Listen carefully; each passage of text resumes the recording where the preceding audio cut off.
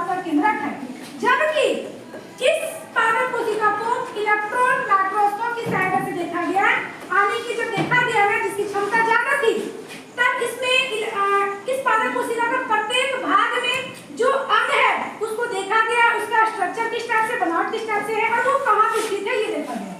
तो सबसे पहले पादप कोशिका में शुरू करेंगे, यहाँ पे जो बीच में है ये हमारा केंद्रक है ना, और इस केंद्रक को जो घेरे हुए रहता है जिसको हम लोग केंद्रीय झिल्ली कहते हैं, है ना।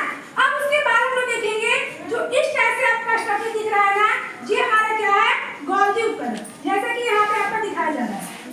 और ठीक यहाँ पे देखो ये प्लास्टिड है।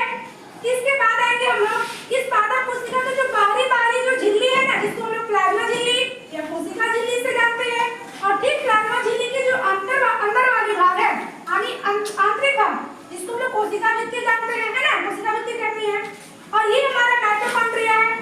इस फिगर में देखेंगे ना कि माइटोकॉन्ड्रिया एक से अधिक जगहों पे क्या है, स्थित है कि नहीं, यहाँ पे भी है, यहाँ पे भी, यहाँ पे भी। उसके बाद आ जाओ यहाँ पे आगे पादप कोशिका में राजधानियां बड़ी होती है ना। उसके बाद हम लोग देखेंगे ये हमारा जो बॉल जैसा स्ट्रक्चर दिखाई दे रहा है गोल गोल, ये क्या है, लाइसोसोम। लाइसोसोम भी एक से अधिक जगहों में देखा जा सकता है ना, जैसे कि यहाँ भी है, यहाँ। उसके बाद आएंगे हम लोग खुरदरी अंतर्द्रव्य जालिका, है ना।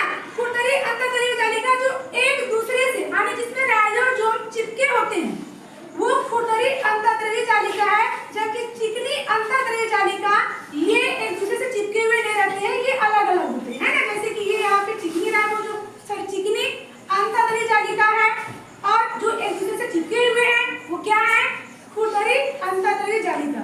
तो ये हमारा पादप कोशिका के बारे में जान चुके हम लोग, किसका प्रत्येक भाग कहाँ पे स्थित है और इसकी बनावट